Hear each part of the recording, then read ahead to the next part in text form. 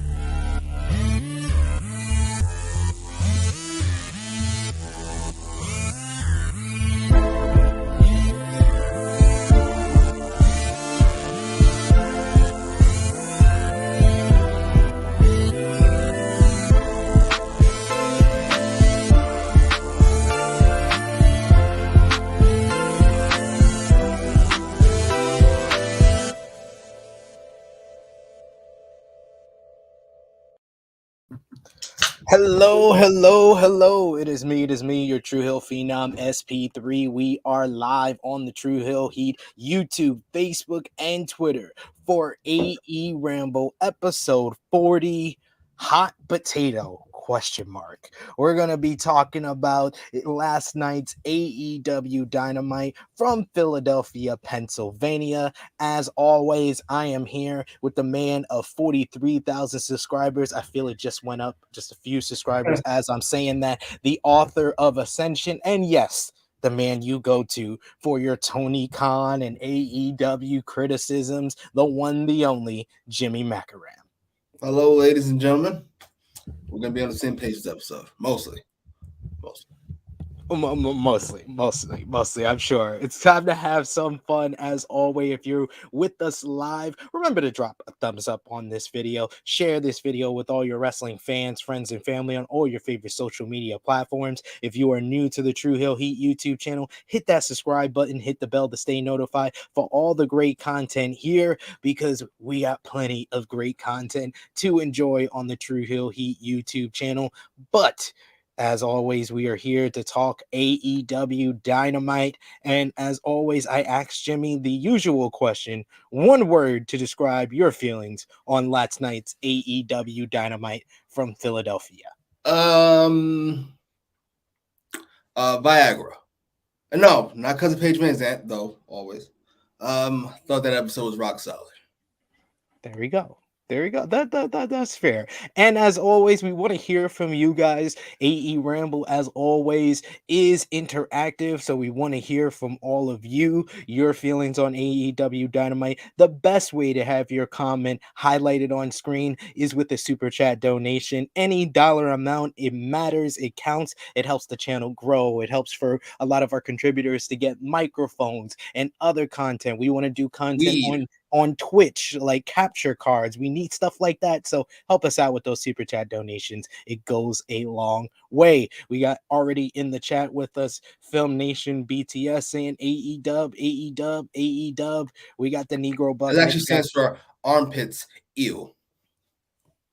Don't mind me. Oh my god. The Negro Buck says that Sami Zayn vid during the countdown. Yes, he enjoys it. Ninja Mortis is here for the hashtag Hook Nation. CM, as always, is our professional, our appointed counter of the Jimmy Macram warning in the live chat, and she says over 13. No. It's been 13 2 weeks in a row. I'm not doing this. We're keeping together. This is a family-friendly show. I'm keeping it together. You pulled the Ja Morant at the last second buzzer beater last week to match your total from 2 weeks ago. That was very impressive. I gotta say, very impressive with the buzzer beater. We got Frantic World saying, "What's up, SP3, Jimmy, and Chad?" What's going on, Frantic World? Always great to see you. We got Andrew in the live chat saying, "Let's go, SP3 and Jimmy, bringing that true heel heat." Ninja Mortis says, "Effing great show." We also got CM saying he did so well for so long too. Get up right there. No mas.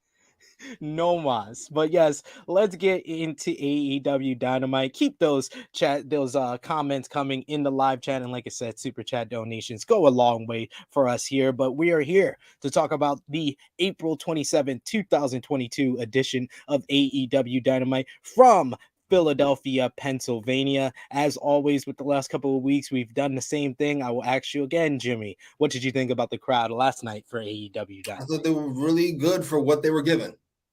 Quite frankly, they reacted appropriately to almost everything. I only have one nitpick, but it'll come at a particular match. I didn't feel like they were as loud as they could have been, but we Were they will as loud as they should have been? Is the better could and should. I don't go with shoulds. They could have been louder, but they were definitely loud and invested to the start of the show. First up, we had CM Punk come out for guest commentary to kick off the show. So that meant one thing. We were starting off with the dream match. FTR explodes as it was Dax Harwood versus Cash Wheeler. And I loved FTR coming out at the same time from opposite entrance. They also had Hart Foundation themed trunks for this Owen Hart Foundation men's tournament qualifier matchup. We got a filling out process to start with neither man getting the advantage, but I loved that it was like a mirror image of Owen versus Brett from WrestleMania 10. The arm drags, the chain wrestling, great stuff. They shake hands early, but we get a little things get a little chippy early on as Dax has an accidental, quote unquote, accidental thumb to the eye, which frustrates Cash, who pushes Harwood. Wheeler starts landing those hard chops. Dax comes back with stiff chops of his own, and he hits a huge superplex off the top rope, shades of Bret the Hitman Hart. Dax misses a diving headbutt, and Cash follows with a baseball slide, sending Harwood to the floor. Whereas we go to picture in picture, back in the ring, Wheeler grabs a reverse bear hug, but Harwood elbows out of it. They trade chops and strikes. Cash reverses an Irish whip to send Dax chest first into the turnbuckle, shades of Bret Hart as well. Back from break, we get Cash hits 3 consecutive German suplexes. On the 4th, Dax reverts and hits one of his own. Both men go for a crossbody at the same time for the double down. Back on their feet, they trade strikes again. Dax gets 2 near falls and reverses a backslide into a slingshot power bomb, but Cash reverses that into a Hurricane Rana pin attempt. Dax hits a slingshot Liger bomb for 2 as the crowd chants big FTR chants. Cash goes for the victory roll, but Dax 6 down and reverses into a pin for 2. The ending of the Bret versus Owen match at WrestleMania 10. Great stuff there. We also got Cash with that power driver for a two count of his own. The fans start chanting "Fight Forever." Dax cuts off Cash on the top ropes, but Cash knocks Dax off when he goes for the superplex. Cash follows with an avalanche back suplex, but Dax counters into a pin of his own for another great near fall. Dax hits a running crossbody that sends both men to the floor. Both men make it back into the ring before the 9 count. Cash is selling his knee as they get back inside the square circle, so Dax attempts for the sharpshooter, but he hesitates. He thinks about, does he really want to do this to his tag team partner? Gotta hand it to CM Punk, who was great on commentary, talking about the power driver and the knee injury. Like, do you have to realize this is your tag team partner? Do you really want to do this? Cash, though, reverses the sharpshooter attempt into a small package, but Dax counters that into one of his own for the 3 count in just about 14 and a half minutes. I thought that this was a great pure wrestling matchup with some brilliant storytelling, great facial expressions, body language. Everything was on point, including the crowd, who was molten hot and into this. Both men embrace hugging each other and get a nice ovation from the Philadelphia fans to close things off here. What did you think about this Owen Hart Foundation men's tournament qualifier? It was a really good match. You and I discussed last week, and along with a lot of comments about what's on the line in the Owen Hart tournament, legacy, and we all went, who cares? I gotta be honest. Not me. I know what it's all about. Well, us and the rest of the people in the chat went, we don't care about that. Gotta be honest. it didn't really matter up until this match. I liked the match, but about halfway through, I went, I really don't give a fuck. What's on the line here? It only got intriguing to me with the sharpshooter point. Punk, as you mentioned, Punk was great because he was like, this is your tag team party, you're doing it too. And then I think Tony said, you got to think about if you really want to do this. And then Punk goes, you should have thought about that before the match. Punk was great. I love whenever CM Punk is on commentary. He adds a lot. That was great. I got to be honest, though. Great. Okay. Now what? Dax goes and loses in this tournament. Like, who cares? I'm sorry. I just don't. I love Dax. I like Cash. So what? So what? Sorry. Listen, I'm not knocking the booking, nor am I knocking the match. It's a really good match. But that's it. Sorry. Jimmy, oh my God, this is you. You're starting. You had to start it off. You had to start. I love FTR. Best tag team in the world. Best tag team of all time, possibly. So you're saying that Owen Hart's legacy means nothing to you? No.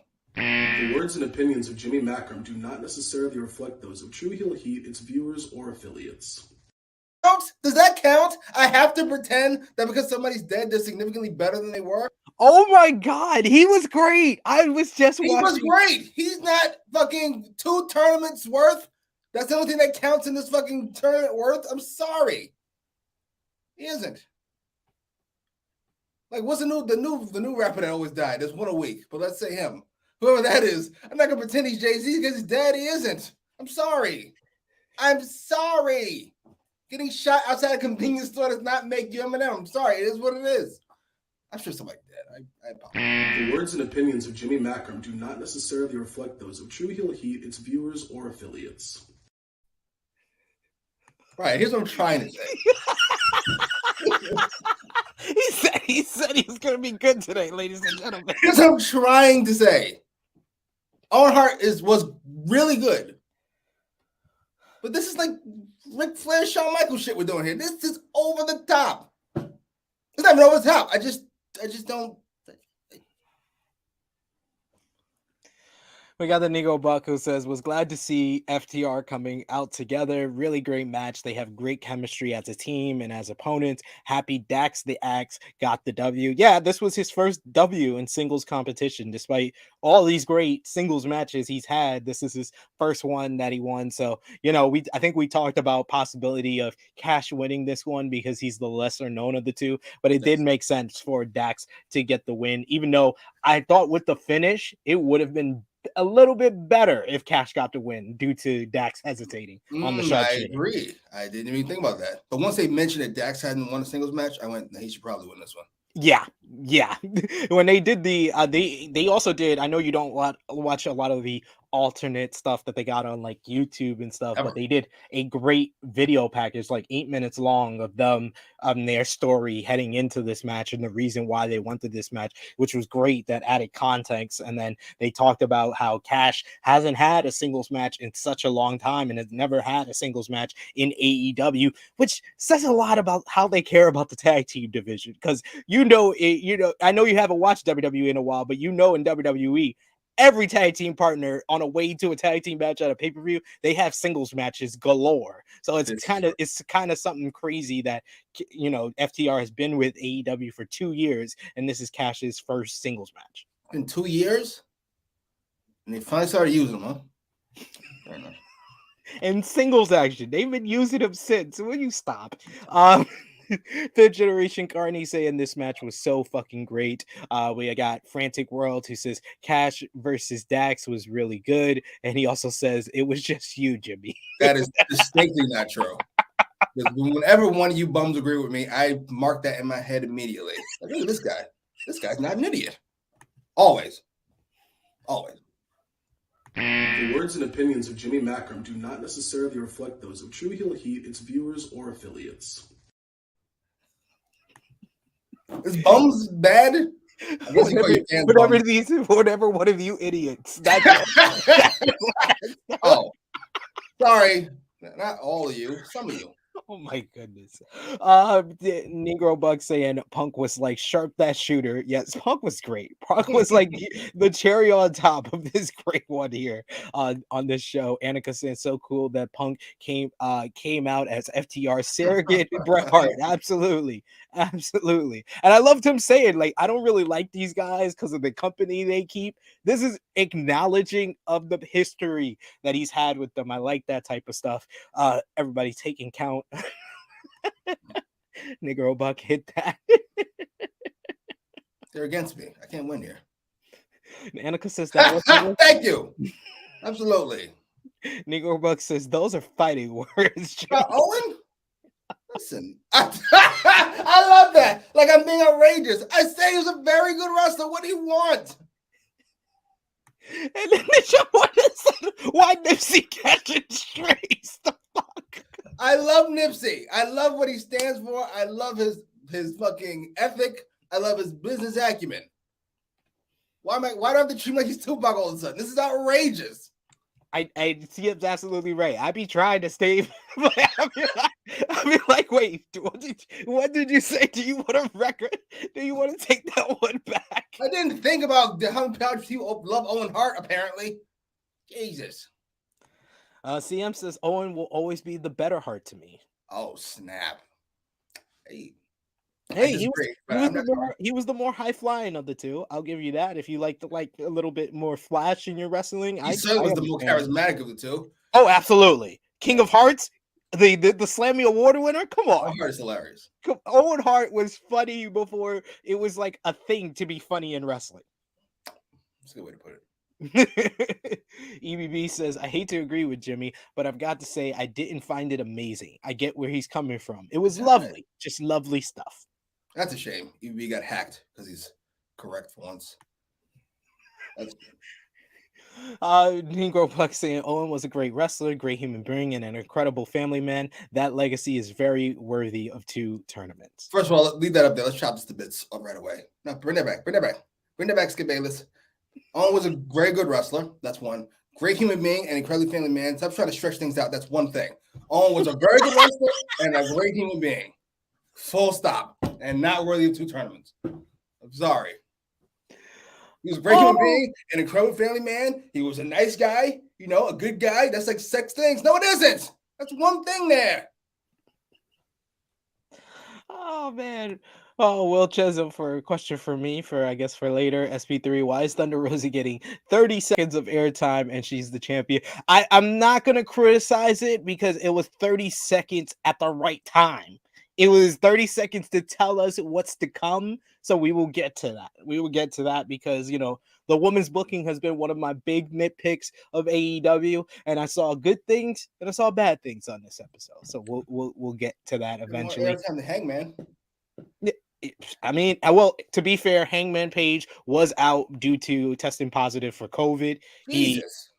So there's a reason for that. There was a reason. Right. Give him a pass. Yeah, you gotta give him a pass this week. Tony Khan. I know you're not used to that, but still. Will T says once again, I love Owen, but he is not better than Bret. So that's fair. EBB saying only some of us are idiots. Yes. You're welcome. I'm here to help. And yes, Frantic World, Owen Hart was for the culture. The only white guy the third white guy in the nation, because fourth white guy, because you had PG-13 and you had what was his name? Crush, Brian Adams. Brian Adams was also in the original Nation. Not a lot of people know that. A lot of fans only know the Nation for the Rock version of the Nation, even though it was around for like a year and a half before the Rock even joined. Yeah, to be fair. So just had the original Nation was Crush. The prominent wrestlers was Crush, Farouk, and Savio Vega. And then they had their breakup, which led to the Gang War storyline when Crush made DOA and Savio Vega made Los Boicuas. But they also had PG-13. The 90s wrestling stinks. I'm sorry. It just does. CM says better all around. He's talking about Owen. He could pull off almost anything. Bret was great technically, but his humor wasn't appreciated. I'm trying to think of a good all-around wrestler. I can't. And go all around rapper. I can't. But Eminem does one thing really well, and he does it one thing so well that it erases all flaws. Bret Hart wrestles so well. I think that's a great rapper comparison. Bret Hart, Eminem. I think that's pretty good. I wrestle so good. Who cares? So what? Yeah. he's one of the best lyricists. His flow, and it takes them from the fact that he doesn't have a lot of like as they say club bangers and stuff like that for Eminem. Yeah, he doesn't do that unless I mean Ass Like That to me is a club banger. Oh my God, Jesus Christ. That's a club banger. The song with who was it? On no, it was Ass Like no. Bump That, or what's that song? Oh, with Akon. Smack yeah, that. with Akon. Smack That, yeah. That's a good one. That's fair. Yeah, that's a club banger. That's a club banger. Ninja Mortis Xing. Who's worth then, Jimmy? For 2 fucking tournaments? I would say Ric Flair, but having a women's tournament for Ric Flair feels outrageous. Nobody. Nobody. It seems like all the people we would put up as like the goats of wrestling have an issue to them. Yes. Hulk Hogan, racist. Ric Flair, misogynist. Stone Cold Steve Austin, wife beater. It's like The Rock is like the only person like that we can. And that won't last for too much longer because Rock said something like I'm very whatever about Joe Rogan. They brought up everything he ever said ever on a microphone. Like he's playing a character. Leave Rock alone. Exactly. That was ridiculous. I hated that. Ninja Mortis saying PG-13 and Crush don't count. We don't count them. I don't at least. No, it seems like you and CM, only Owen. So I'm just giving history. I'm sorry.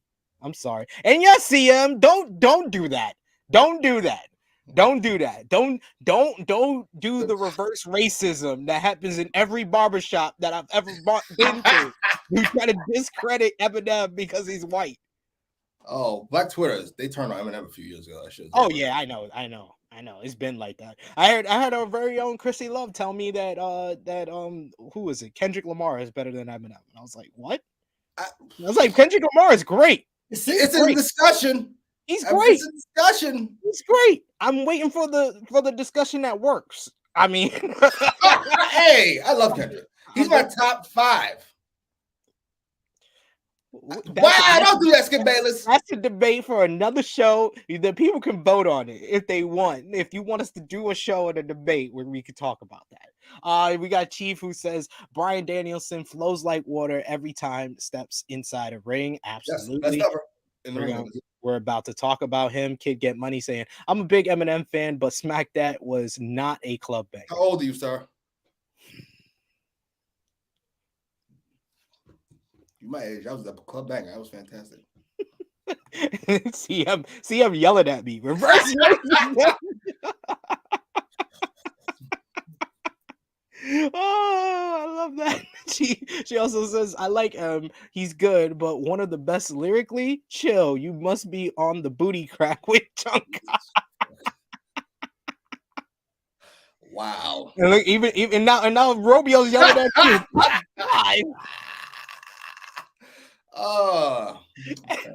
Will T says Jimmy's top 5 like Booker's top 5. Oh, man. I don't know what that is. Calling you Uncle Booker Tom. Oh shit! What's Booker's top 5?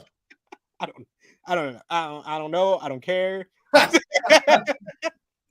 That's how I feel about Booker T nowadays. But we got more wrestling to get to. Keep those comments going. We always love y'all in the chat. Remember, your super chat donations helps us out a lot. So if any dollar amount, we will feature it on screen. But right after the battle of FTR, we got a recap of last week's stare down that kicked off the show, and it was made official. Hangman Adam Page will defend the AEW World Championship against CM Punk at Double or Nothing on May 29th, live on pay-per-view from the T-Mobile Arena in Las Vegas, Nevada. This is what we wanted. What we said last week, Jimmy. We said it last week. They gotta just make it official this week, and they did, regardless of Hangman Page being out of action due to testing positive for COVID. They got it done, and then following that, CM Punk gets on the mic, and he says he's never been in a locker room as talented as AEW. Punk said when he returned, he asked himself one question: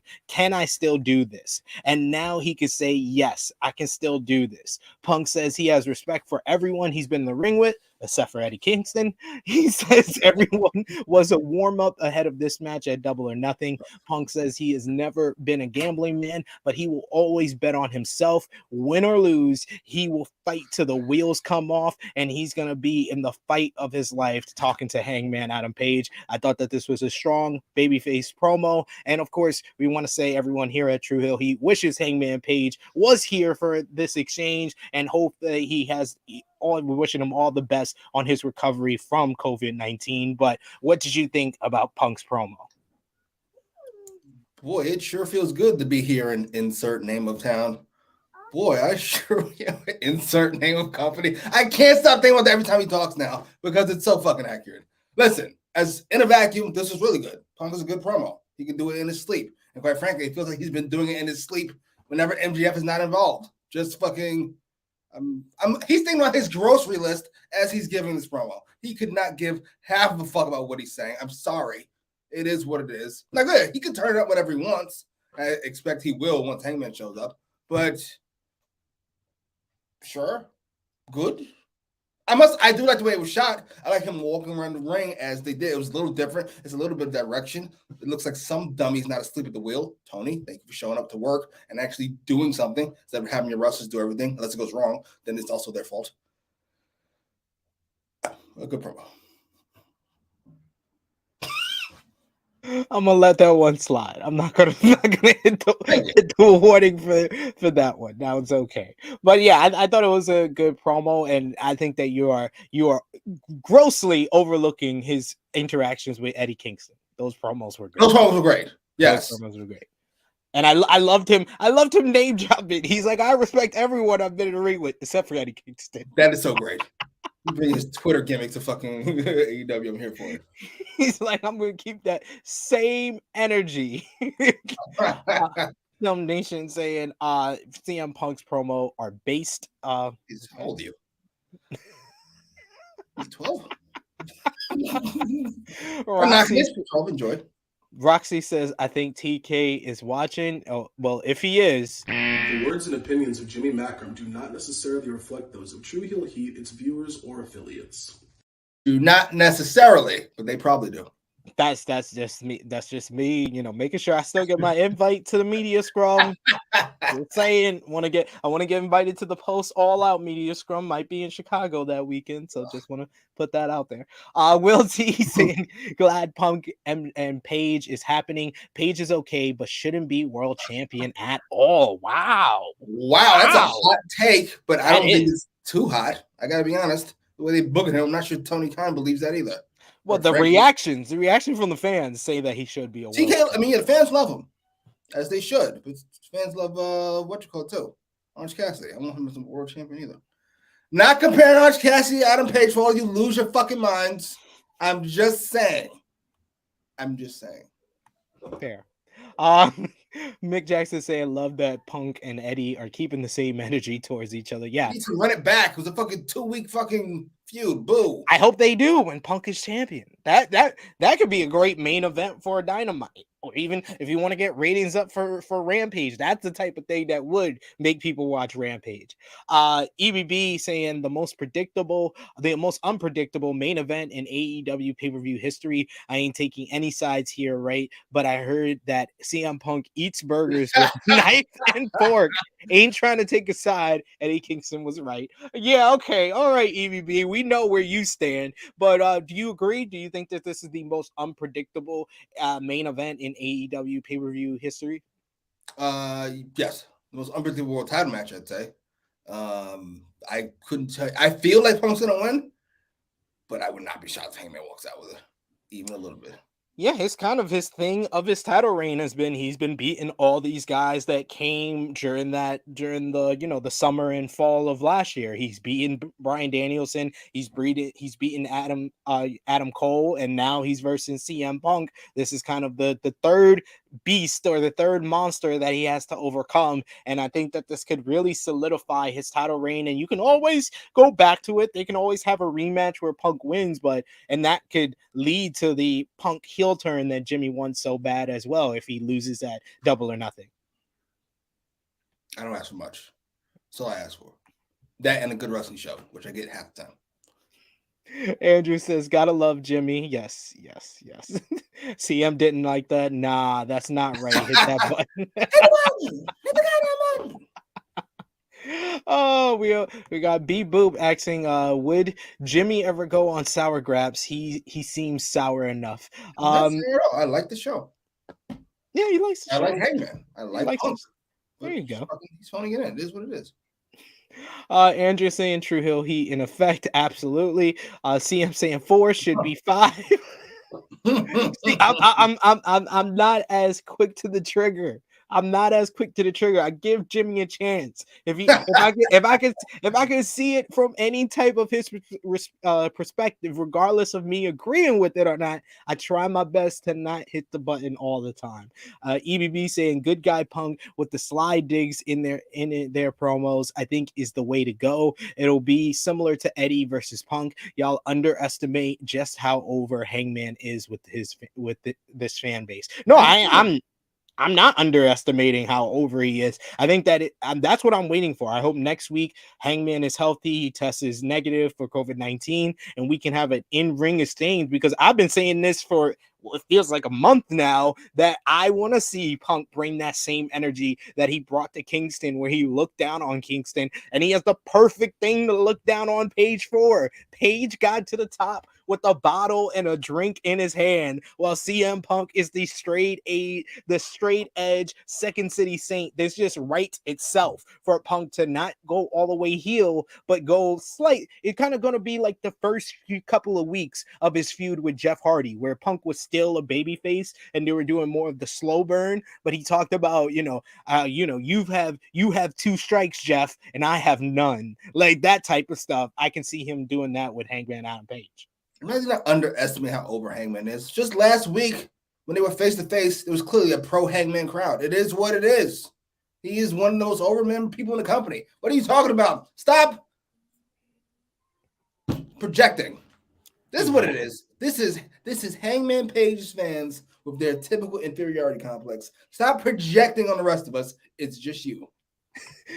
Yeah, I think Hangman Adam Page fans are just really upset at the people that think he's not world championship material, and they think it's everybody. They see one comment, they think it's the world against them. Romeo asking, so if Page loses to Punk, but it's another banger match, where does his title reign fall in AEW history? As far as in ring? No, not as far as in ring. Overall? Yes, overall. Okay. Overall, I would say it's under Omega and under Moxley. I think it would be, if it finishes at Double or Nothing, it would be over Chris Jericho. And that's saying a lot, because I feel like Chris Jericho was needed to be that first champion. And he had some good matches. He had good matches with Darby. He had a good match with Scorpio Sky. He had the great match with Moxley at Revolution 2020. But I would say Hangman on Page's matches are far superior to what Jericho did in the ring, and his popularity has seemed on the same level that it was prior to him winning the title. So I would put Page ahead of him. I got Moxley at 1. Every week he cut a promo I thought was the best promo I've heard in a long while. And he had the toughest job. I know you don't like, giving bonus points for circumstance, but in the pandemic, like I got to give him extra credit for what he had to deal with. That's true. I got Moxley 1. If this match is a great one, I'd probably have Page 2, and then Omega, and then Chris Jericho. You give Chris Jericho a lot more credit than I would. Yawn. You sleeping on Omega's time. Hangman could be 1 if they gave a fuck. Yeah, that is true. That is true. If they actually cared and was more creative with like the promos and angles he was a part of, yeah, he probably could be number 1 with the quality of his matches. Yeah. Chief says, in my opinion, Hangman is mid. He doesn't put butts in seats. Well, that's 2 different statements. You can think Hangman is mid. Does put butts in seats is something that can be measured. I don't know the answer to it, but those 2 don't go together. Here you go. Will T saying Hangman can beat Punk, Bryan, Austin, and Rock in one night and still be meh. Jesus, they really are not fucking with Hangman. What the fuck? I love how we have the different sides of the spectrums in our chat. We got EVV who says, I ain't even going to defend Hangman's great reign on this show anymore. I know. What the fuck? What is this? Napoleon complex? What is this? I know how y'all feel. What do you even with you? He didn't even say anything. And Nick Jackson, stop acting like this is your idea. I literally have said this on the show, like since it became clear that Punk was gonna get the title shot at Double or Nothing. You're not big booking anything. You're just stealing what SB3 has said multiple times on this show and True Hill Heat. Says I'm gonna baked, and that's why he thinks he's done it. He's like, oh, my original idea, guys. I love it. Slammy Sammy Joe says, am I the only one that enjoyed Mox reign? No, you heard Jimmy. Number one. And you heard me. I say he's number one as well. I would say Moxley is number one. And look at EBB even saying, actually, Moxley at 1 or 2 with Kenny. Yeah, I agree. I don't agree. I'll agree with the first part, not the second part. Yes, Kenny, you're sleeping on Kenny's reign, and I won't allow that. I will not allow, just like I'm not with the Hangman slander in the chat, I'm not with your Omega slander. I'm sorry, Kenny's reign is bogged down by bad booking. It is what it is. Oh my god. EBB saying Punk should and will win. It'll be a great 4-week build. I wonder what kind of story they'll tell. Yeah, I'm looking forward to it. I'm very interested. It'd be a great 4-week build for Punk. Hangman would be fucking backstage somewhere. Come out, get jumped, Dark Order helps. Oh, yawn. Will you stop? And Will T saying, look at Hangman's forehead. That's not a world championship. Are you criticizing him? That's hilarious. For his forehead. Oh man, y'all are wild. Y'all are wild in the chat. I love y'all. Oh, we got backstage. We see Scorpio Sky is here with Dan Lambert. He says the Philly crowd is here to see him beat Sammy's ass and take his title back. There can only be one face of TNT. And this was once again, Tony Khan watches AEWramble. This is hype in the main event. This is rarity. I know you don't like it which main event he chooses to hype, but I always gotta commend him on hyping the main event. Same.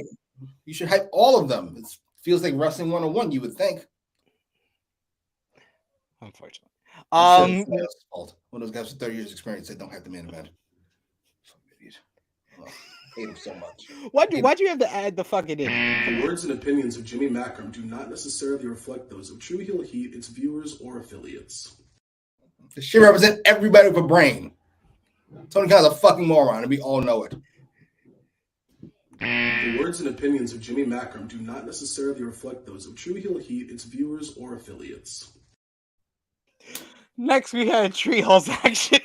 Blackpool Combat Club, John Moxley, Bryan Danielson, and Wheeler Yuta in his hometown of Philadelphia versus The Factory, QT Marshall, Nick Comoroto, and Aaron Solo. Huge pop for the hometown boy, Wheeler Yuta. BCC, as usual, attacked The Factory at the bell. A loud fuck him up Moxley chants early on from Philly. Factory isolates Yuta after a back body drop by Comoroto. Yuta hits a German suplex and hot tags Bryan in. Bryan comes in, House of Fire, lazy kicks on Aaron Solo. He then hits a tope suicida on Marshall and Comoroto. Danielson comes back in the ring with a missile drop kick. He lays in the yes kicks on Solo and gets on the label lock, but QT breaks things up. Moxley comes in with a half and half suplex on Marshall. Bryan and Mox hit stereo corner attacks once again, showing that improved cohesion between Moxley and Danielson and the entire Blackpool Combat Club. Solo knocks Danielson off the top rope, but Bryan catches Solo with a drop kick in midair when he comes off the top. Wheeler Yuta gets the tag, and so does Comoroto. Nick tosses Yuta around some, but Wheeler eventually reverses a running power slam into a guillotine. He eventually transitioned into the anvil elbows. Mox and Bryan catch QT and Solo with submissions, while Yuta transitions into a seatbelt pinning combination for the win in just about 8 minutes. This was the usual fun little multi-man party match. This was good stuff from the Blackpool Combat Club, but I will say my only nitpick here is that you could probably only get away with one more of these. We need some type of feud for these guys to sink their teeth into, especially because we're just 4 weeks out from the pay-per-view. They need to get into some type of feud with it, whether it's a group or whether it's individually, these guys have a one-on-one match, or even if they're going for the tag team titles, Moxley and Danielson. I need something here. What did you think? I think you were almost correct. This is the last week we can do this. That was fun. It was great, and I enjoyed it every time they did it. And now I'm over it. And now we should move on. Let's get the fuck out of this. It was great. You just won 2 of these matches, I think. Both like half-ass like roll-ups.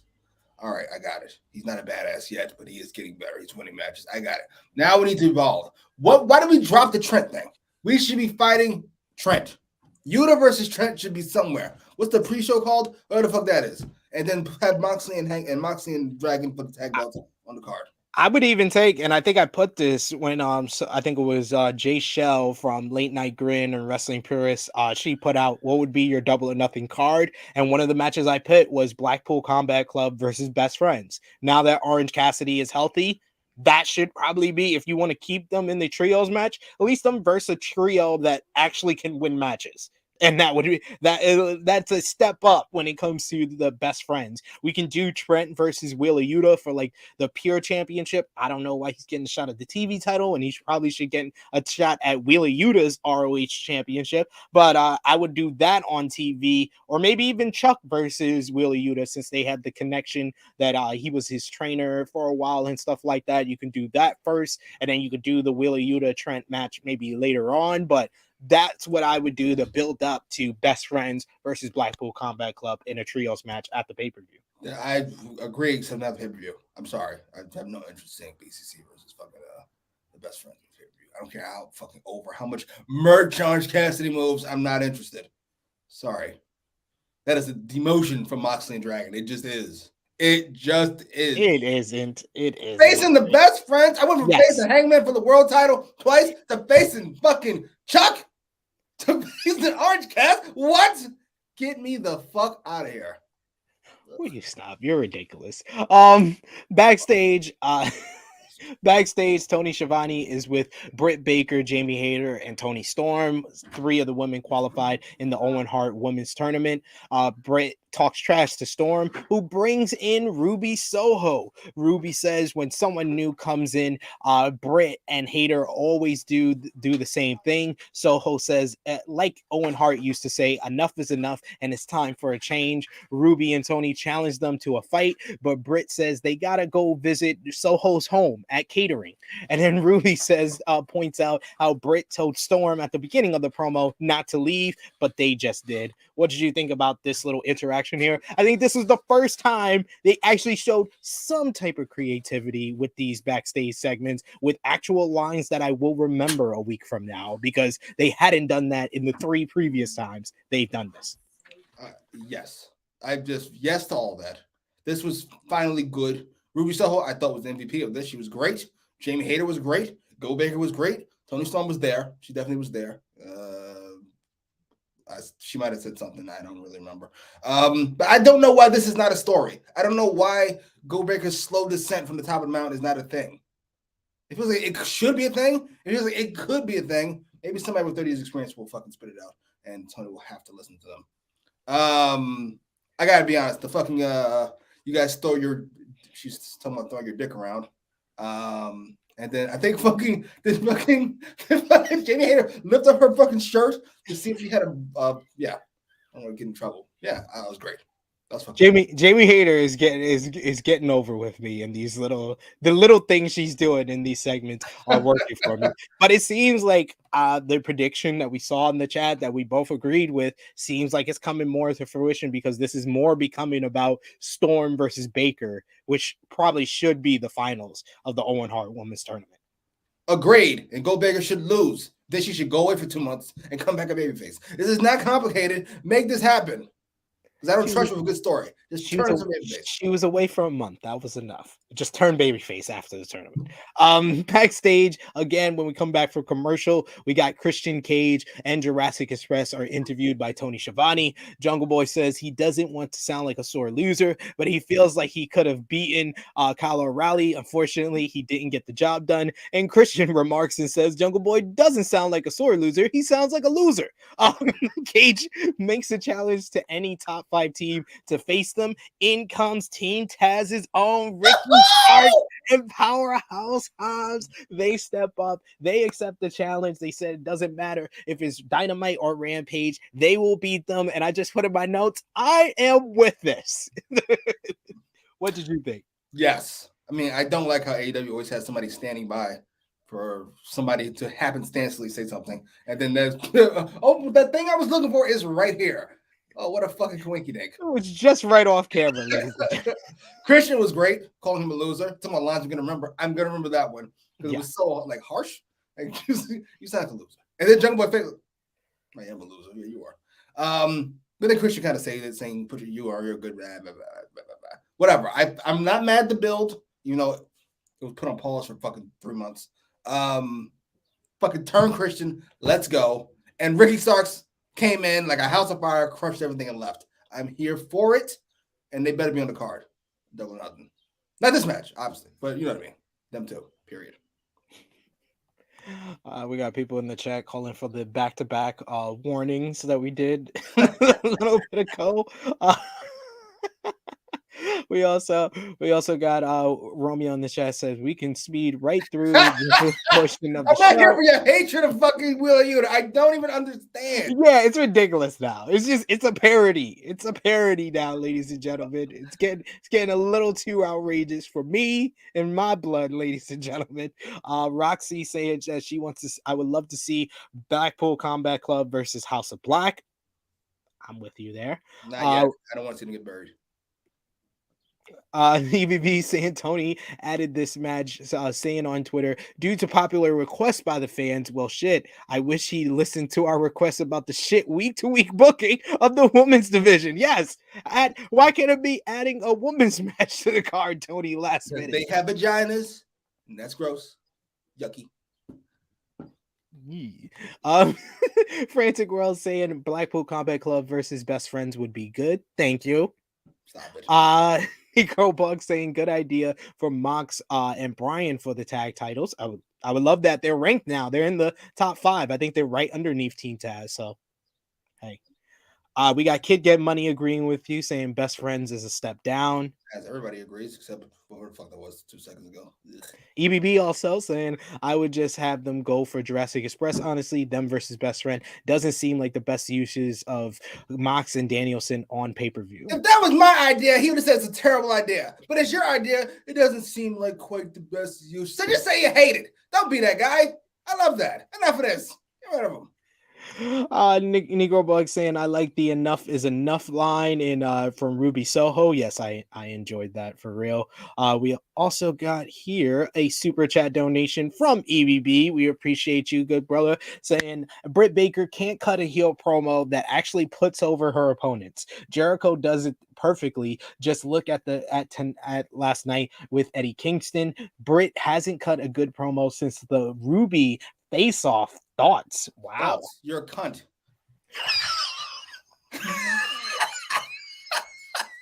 The words and opinions of Jimmy Macram do not necessarily reflect those of True Heel Heat, its viewers, or affiliates. What I was trying to say.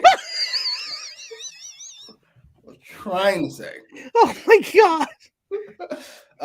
These are 2 different things. Hasn't cut a good promo since the Ruby face-off, and can't cut a promo to put over opponents. 2 different things that are in contradiction with each other. So first part's not accurate. Get rid of that. Jericho does it perfectly. Jericho's one of the greatest wrestlers to ever exist. He's number 10 in my top 10 of all time. Knock it off. And that's coming a long way, ladies and gentlemen. I've said it once and say it before. We used to argue about this in 2008. 2008, we were arguing about if Chris Jericho is one of the GOATs, and I put him up there, and Jimmy didn't. So he's come a long way. To be fair, look how much he's done since then. I'm not gonna True. He's had the best run of his career since that point. So yeah, agreed. And listen, I admit, Go Bigger. I don't know who this Brit is, but Go Bigger has been stale for a while. Not all the way stale. It doesn't stink. You got to throw it out. You can still drink the milk and be fine. But that's not a sexual reference. Anyway,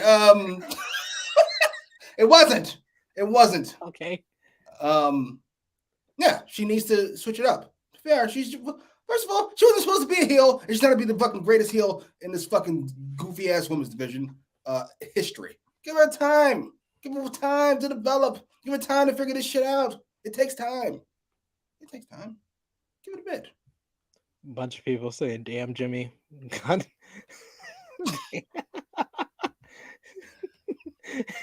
Get Buddy said, "Not the C word."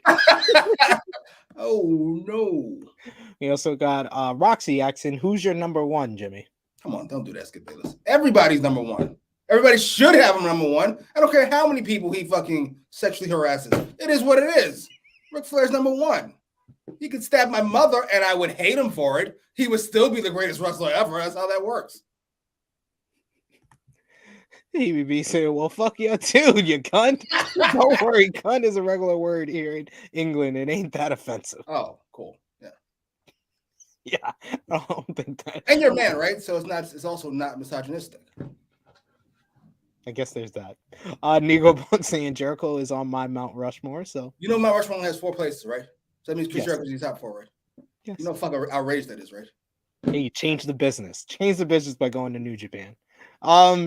Next we had a battle of hosses. We had Lance Archer versus Warlow. MJF is once again in the press box with Sean Spears, and MJF says, "You know what women in Philly use as birth control? Their personalities." He then tells security to bring out the pig with no music. When he gets down to ringside, Lance Archer does a senton dive off the apron onto Warlow and security to kick things off. Warlow shows off amazing athleticism early on. He hits a head scissors. He picks up Archer for a spine buster. Warlow goes for the power bomb, but Archer reverses into a claw. Warlow breaks free, and they hit double clotheslines for the double down. They trade strikes with Archer getting control. He goes for the walk in the ropes and hits a standing moonsault. Archer follows with the choke slam for a 2 count. He hits the blackout, but only gets a 2 when Warlow reverses into a pin for 2. They did mention that's how Moxley beat him when he got his shot at the AEW World Championship during Moxley's reign.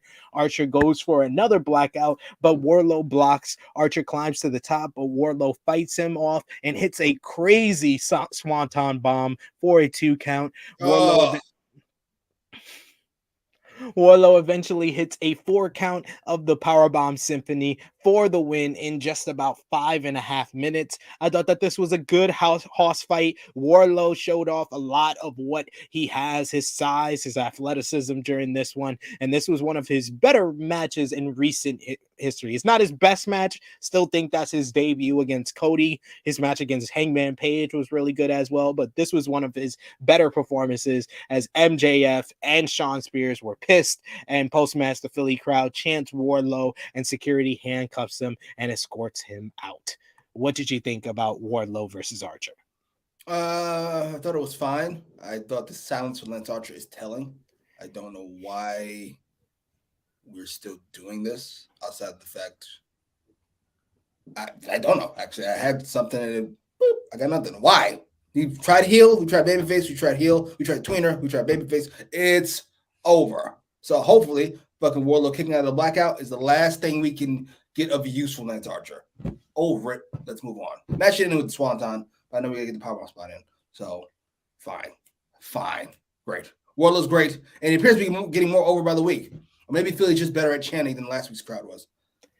They were very good at chanting his name during his entrance, during the matchup. They were very much behind Warlow, and he is getting over more week to week, it seems. Next we had our in-ring face-to-face sit-down meeting with JAS, the Jericho Appreciation Society, as well as Eddie Kingston, Santana, and Ortiz. Jericho Appreciation Society in their intro, it now says 7 weeks. They're doing it every week. It's more and more every week. I love it. The recognized symbol of sports entertainment. Cool Hand Ange says that there will be no physicality during this sit down, which he has been agreed by all parties here, and he calls the fans the AEW Galaxy as a play off of WWE Universe. Brilliant stuff. Jericho demands Kingston apologize for getting them kicked out of the building on Rampage last week. Ortiz gives JAS the middle finger instead, and Santana got one for them too. Santana says Jericho turned on the two guys that know him the best, but Garcia interrupts and says it's not like they can hit us due to the agreement. King then gets on the mic, and this is where it just goes up a notch. He says that he hates this crap. He tosses the table aside. He doesn't give a crap about this sports entertainment trash. King wants to fight and doesn't care if it's 5-on-1. Jericho says that the JAS is putting a hit on all three of them, and King says, does he know what a hit is? And he says in his world, a hit means you end things. Jericho says that this is his last chance, so he can either he can hit him, or no, he can't hit him, or he will lose his job and he can get blackballed from another company. And King gets all up in Jericho's face as he sits down, and King says he can smell the fear on him. He says, look in my eyes. In his world, a hit means you put someone in the ground. Are you prepared to do that? And he says, I know, looking in your eyes, you're not. King's intensity and delivery was on point here. What would have otherwise been a forgettable segment, he made it very memorable. What did you think? I think you were spot on. It was rather forgettable by halfway through that. Mainly because it felt weird. Like, we started with Jericho and them being cunts. Then why are we here? Like, at all? This makes no sense. It should have been some type of weird, like, let's make peace. If you kiss my feet, we'll forget all things are good. But yes, Eddie took it up a notch, and Jericho selling at the end was fucking fantastic. I felt like the two of them kind of agreed that they needed to go up a notch to make this work. It's kind of been, I don't want to say not working, whatever, a little more working than it should, but not working quite as well as it could. That was great. That was great. Eddie is great at fucking everything. And you don't realize till later, Eddie keeps saying, fucking look in my eyes. And then, yeah. We would see what would happen later on in the night, which we will get into. Not that much fucking, I can book better than Tony Khan. Yeah, that's what it is. I know 12-year-olds look better than Tony Khan. Just pointing at buttons. Ugh. The words and opinions of Jimmy Macram do not necessarily reflect those of True Heel Heat, its viewers, or affiliates. What? No! Stop it! He's an idiot. This is not my fault. This is outrageous. Annika saying Jericho was perfect in this segment. His facial expressions were perfect in this segment, and great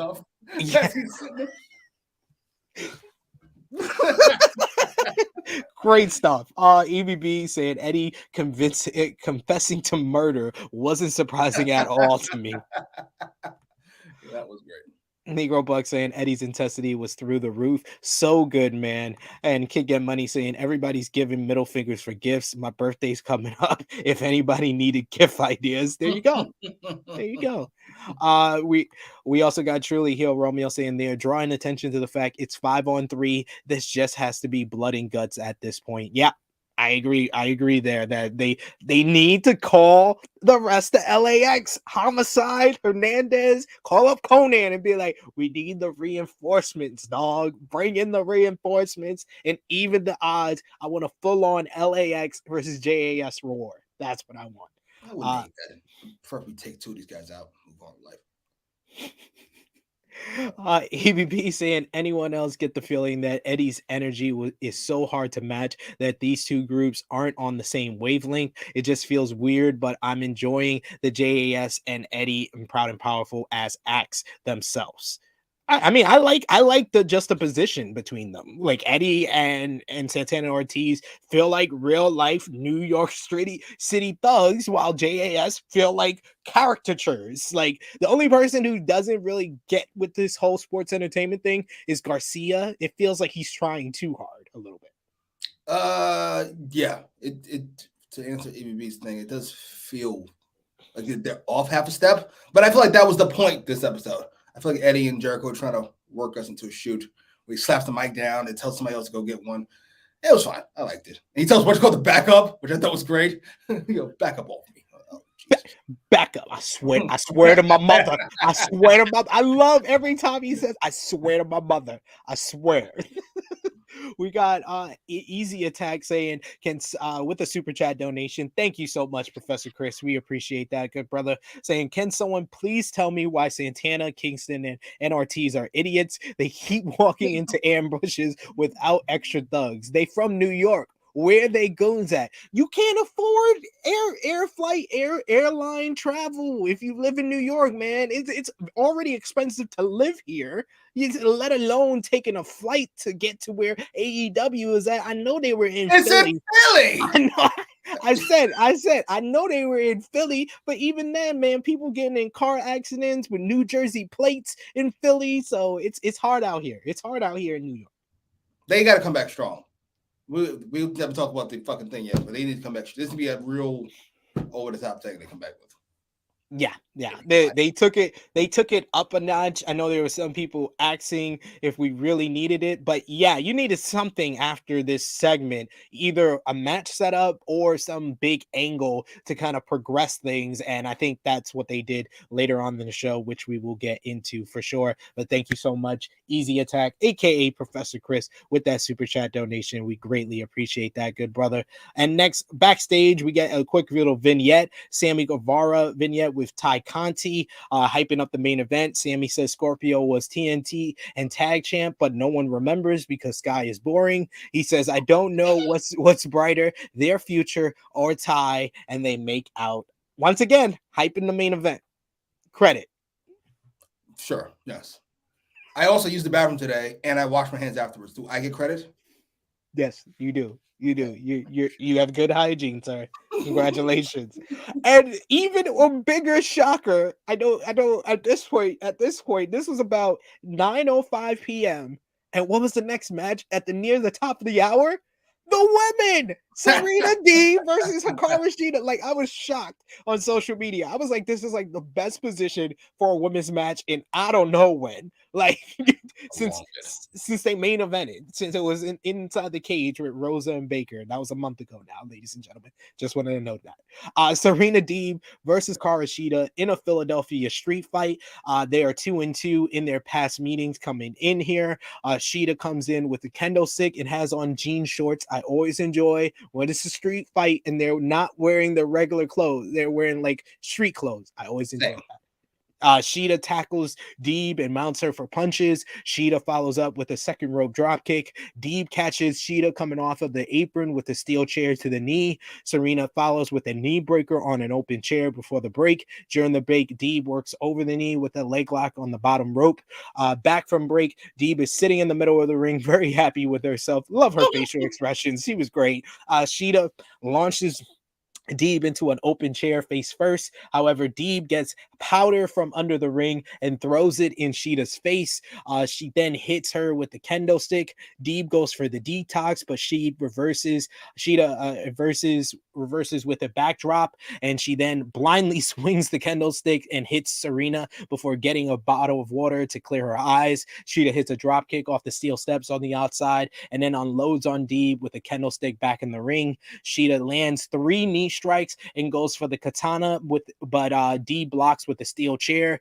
Deeb goes to pulmonize the Sheeta's knee, but Sheeta cuts her off with a steel chair shot. She follows with an avalanche Falcon Arrow. Holy Sheeta chants from Philly as that near fall was very close. Sheeta nails Deeb with a kendo stick to the chest and then chokes Deeb with it. But Deeb pokes her back in the eye, hits the detox on a steel chair for a near fall. She goes for the Serenity lock, but Sheeta gets to the ropes. However, it's a street fight, so there's no disqualification. So Deeb drags her back to the center of the ring, slams her knee in the steel chair, and then locks on the Texas Cloverleaf shades of the man of 1,000 hoes. She's the woman of 1,000 hoes, so she pulled one out of the tricks of the man of 1,000 hoes, Deeb Malenko, and gets the win in just about 11 and a half minutes. I thought that this was a very good street fight, a huge win for Deeb. The only problem that I had is that the Philly crowd wasn't as invested into this match, but you made a good point earlier. It was mostly because this feud has been going on for 6 months, and they took about 3 months off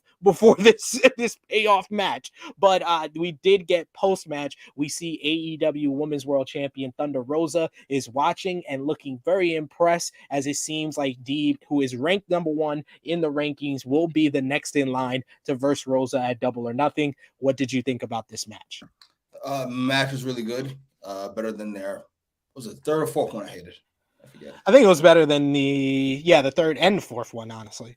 Yeah, it worked. It worked as a finale. Philly crowd weren't into it, but what do you want from them? They don't love Deeb like we do, and Sheeta like you do. But how could they? This feud has been like off and on, put on the back burner, then it comes back. It got really hot at one point, then he dropped it for some reason. Then they came back, and then I think Sheeta got hurt or left or something. And Tony Khan's, how do I want to say this? Not to get in trouble. Tony Khan seems to struggle when it comes to booking females, female wrestlers, and he should do a better job. See, that was very well said. You can do it. You can do it, sir. You can do it. It's Keeping it clean, absolutely. Very well said.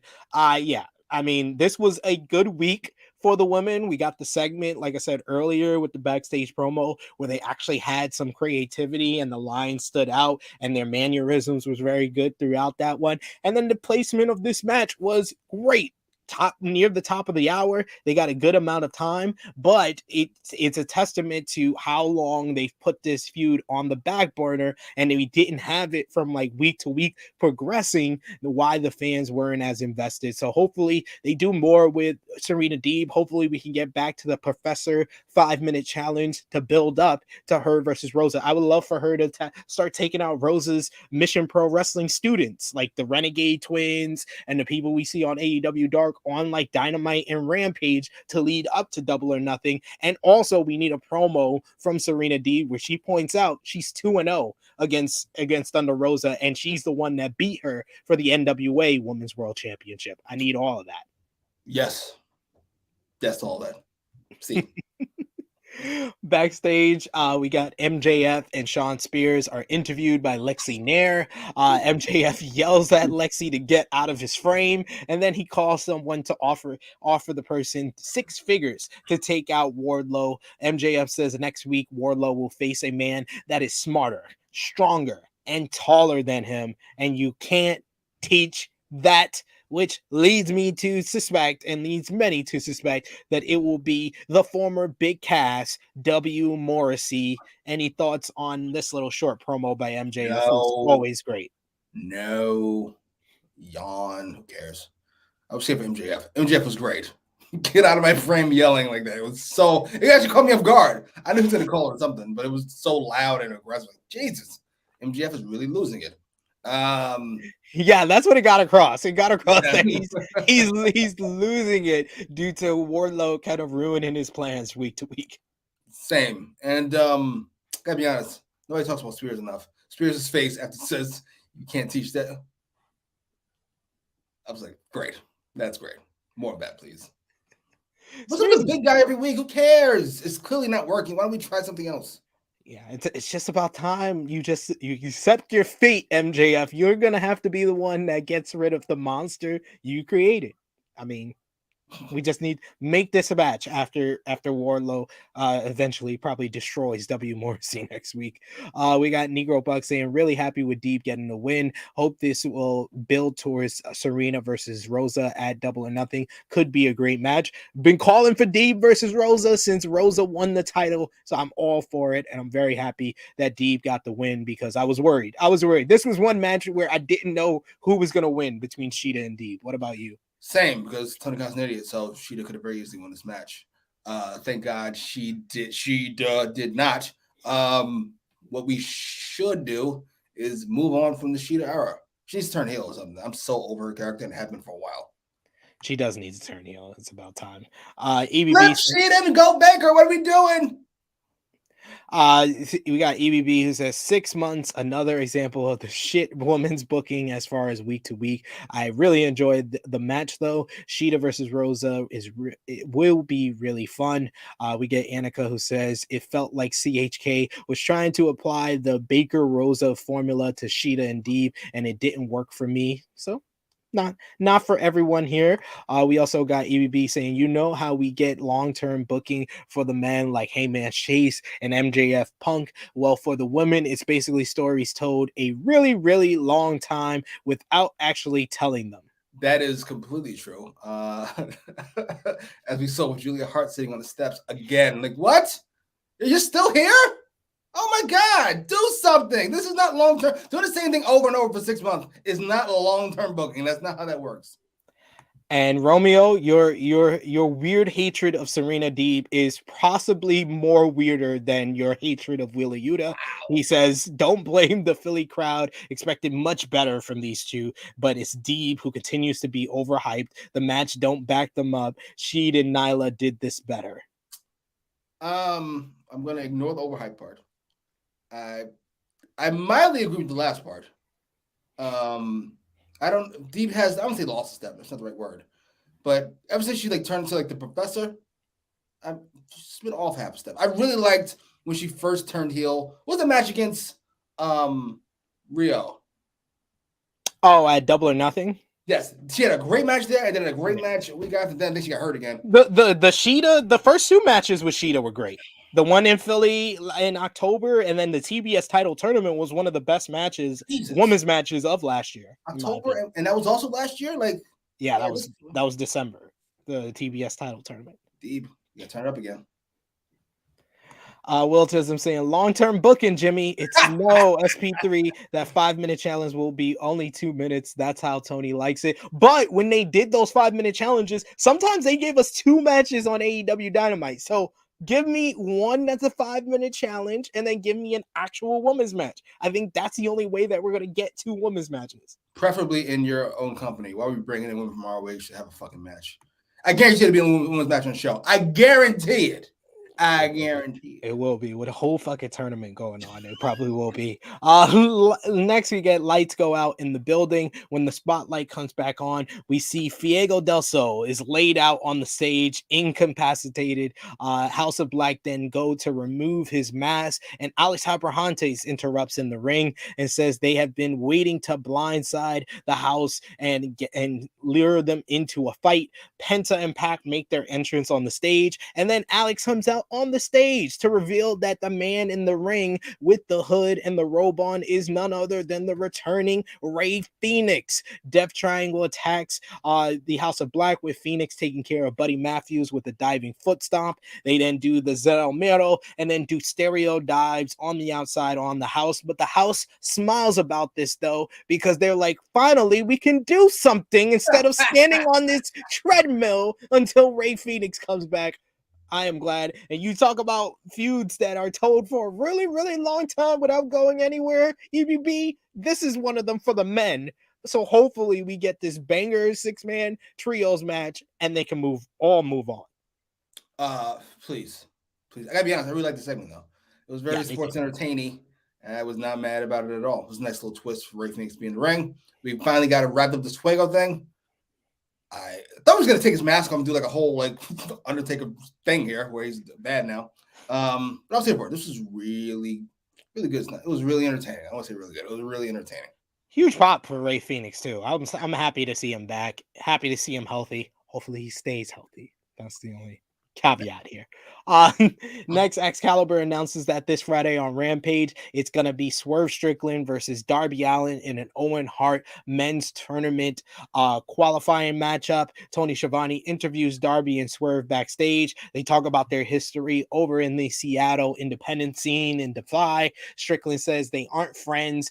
They are more rivals who beat the hell out of each other for a while. He's proud of Allin, but Rampage is whose house? Swerve's house, and he will beat Darby. Darby says that he can't just come to any company he feels like and says that it's his house because AEW is Darby's house, and Friday he will prove this tournament is Darby's tournament. This one should be a banger and makes Rampage a must-watch for me. Did you have any thoughts on this little promo here? It was fine. What happened to fucking we're not done with Starks and Hobbs? What happened to that? Starks and Hobbs are done, apparently. Swerve is moving on, apparently. Why do we say we're not done? I don't understand. I think they're not done, but they're a little sidelined. Starks and Hobbs are going after the AEW tag team titles, and Strickland is going in the men's Owen Hart Cup. So great. Put Darby over. Let's move on with life. Next, the Undisputed Elite are in 10-man tag team action against Dante Martin, the Varsity Blondes, Brock Anderson, and Lee Johnson. Cole and Red Dragon come out with Undisputed Elite shirts. Any thoughts on these shirts? It's fucking lame. Sorry. It's fucking lame. The name isn't great, and the logo does no favors. The save's legit. I love Nick Jackson's face in this promo, though, and Matt for that fact. I'm sorry. Yeah, you know what? They're all getting pretty good faces there. Yeah, probably the most standard. Yeah. Young Bucks come out separately, and UE attacks the baby faces at the bell. Miscommunication early on with Matt Jackson and O'Reilly leads to the babyface running wild. Huge dives by Big Shotty and Dante as we go to commercial. During the commercial, UE takes over, and then back from the break, the Bucks bail O'Reilly out with double super kick. Red Dragon hits a double team. UE is cooking at this point. Nick Jackson does his crazy offense. I say moonsault on the babyface. Then the Bucks do a double team dive. They get in the ring and then they isolate Big Shotty for a 4-way BTE trigger. And then Cole lowers the boom for the win in just about 6.5 minutes. This was a little showcase for Undisputed Elite, but it really didn't amount to much despite it having a lot of hype before this. And then post-match, Cole hands the Young Bucks Undisputed Elite shirts and they all pose together. Any thoughts? Yeah, why do we have to give 4 people beating up the only nigga in the match?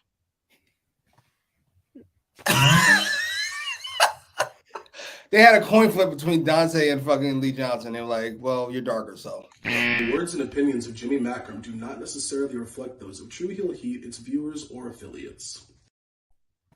Am I wrong now? Somehow everybody else gets cleaned out. There's one darkie.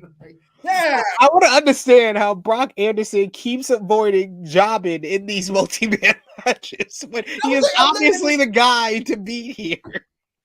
I'm looking at this fucking shit. I'm like, okay, outside of Dante, I'm getting rid of the 3 of them before I fucking bury Lee Johnson and fucking boom. Oh, Brian Pillman is right there. Brock Anderson is right there. What? I'm dead. Oh, boo. Boo. I'll say this, though. I didn't mind the little subtle storytelling they did here, where basically they came out separately, they worked together, they all leave with the shirts. We're a team now. We can all move on with fucking life. Great. Apparently, Omega's significantly further away than we all think. That's what it seemed like to me. This would have been a perfect spot for Omega when they put on the shirts. Omega came back. That would be perfect. But who did Lee Johnson piss off? Lee Johnson, you know what? I think he's dating. Is that Julia Hart? Yeah. Tony Khan saw that and went, that's not how this works around here, buddy. Stay with your own kind around here, pal. The words and opinions of Jimmy Macram do not necessarily reflect those of True Heel Heat, its viewers, or affiliates. How is it my fault he's a racist? How's it my fault he's a racist? How does that work? How dare you? How dare you? You didn't see Tony at the Million Man March? Come on. Come on. Come on. Oh man, you kill me. You kill me every single week. I'll make it. We got 20 minutes to go. I'm gonna make it. I don't know. Someone gonna tell me the count in the chat. Oh Jesus. We got Negro Buck who says super glad to see Phoenix back. We also got Annika who says my Phoenix is back. Let's go. We got EBB who says I think the wrestling gods Black ain't feuding with Fiego. He's great, but thank God. Guessing that this will be the trios at Double or Nothing. Seems legit. This is very true. He's great though. He's great. Marcus Cash, you grab Top Shelf Royce whenever you can. Fuego is great. All right. We got Romeo who says, who is more injury prone, Phoenix or the Phoenix Suns? Phoenix. Ironically, is our F Phoenix because yeah. Lord. To be fair, the way he wrestles is not all that shocking. Exactly. It makes more sense than the Suns. I mean, Negro Buck saying SP3 called it with the Undisputed Elite name. The design is kind of mid though. They should have came to me. I could have came up with a better design. I'm just saying. CM calling us, telling us 9. We're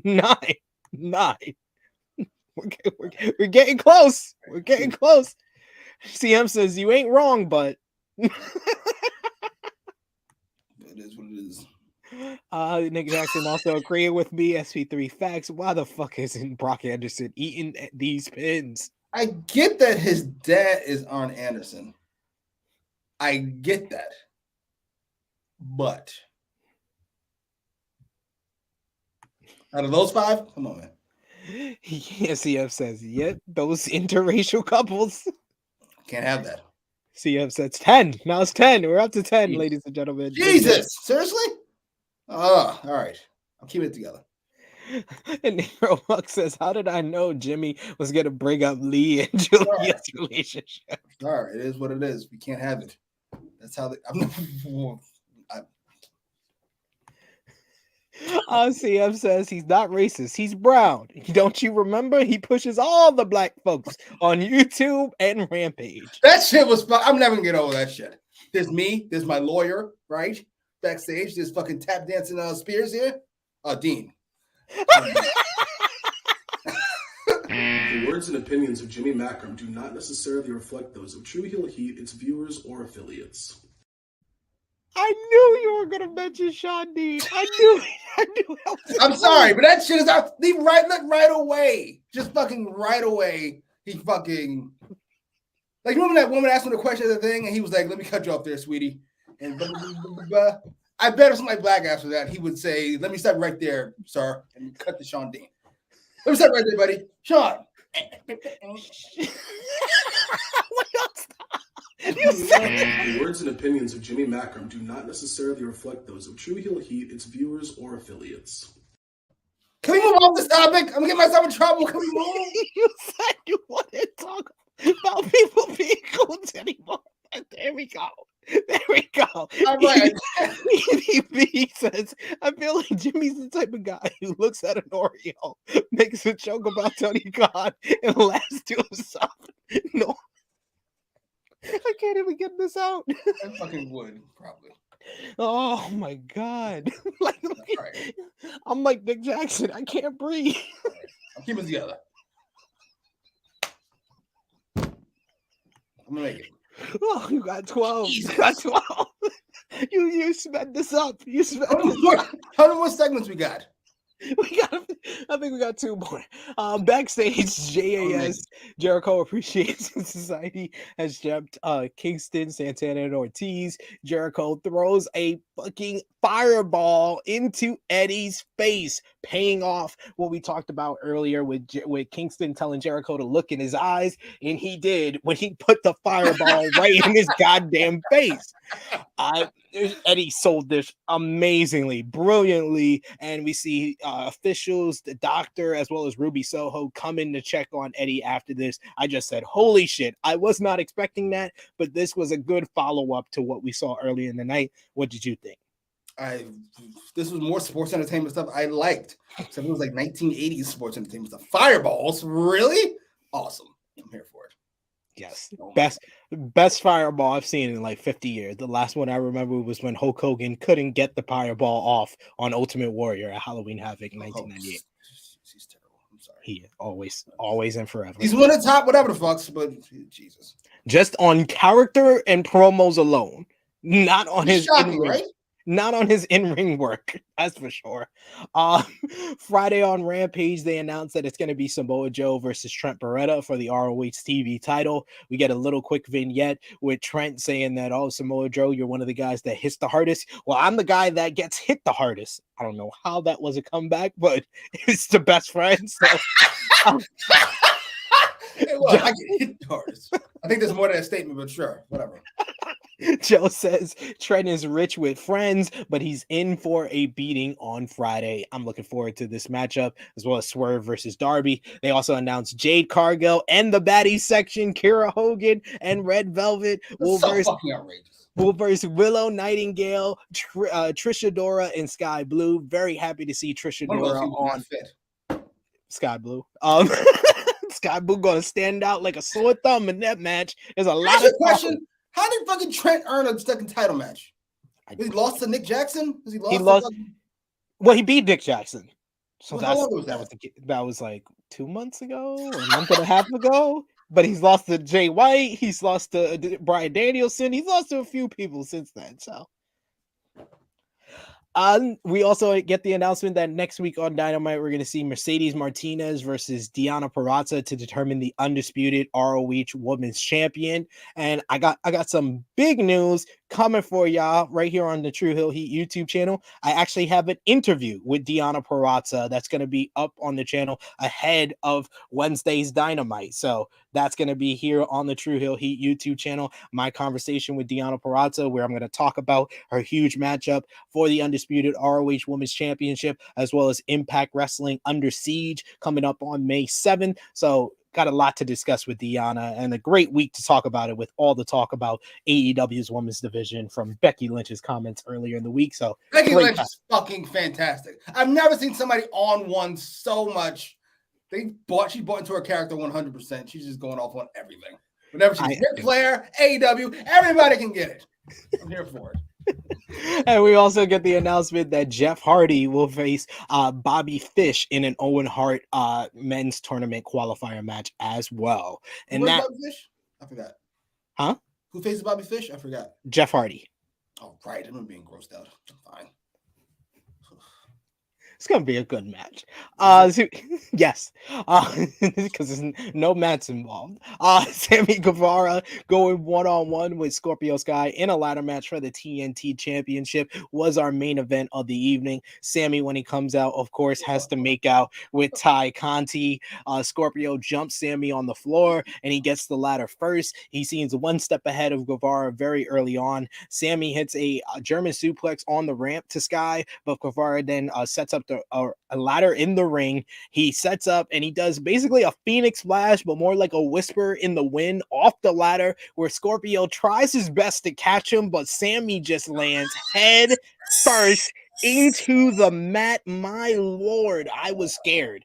I was like, ouch. And even on the picture-in-picture break, I think they cut to like black for a little bit because Sammy was out.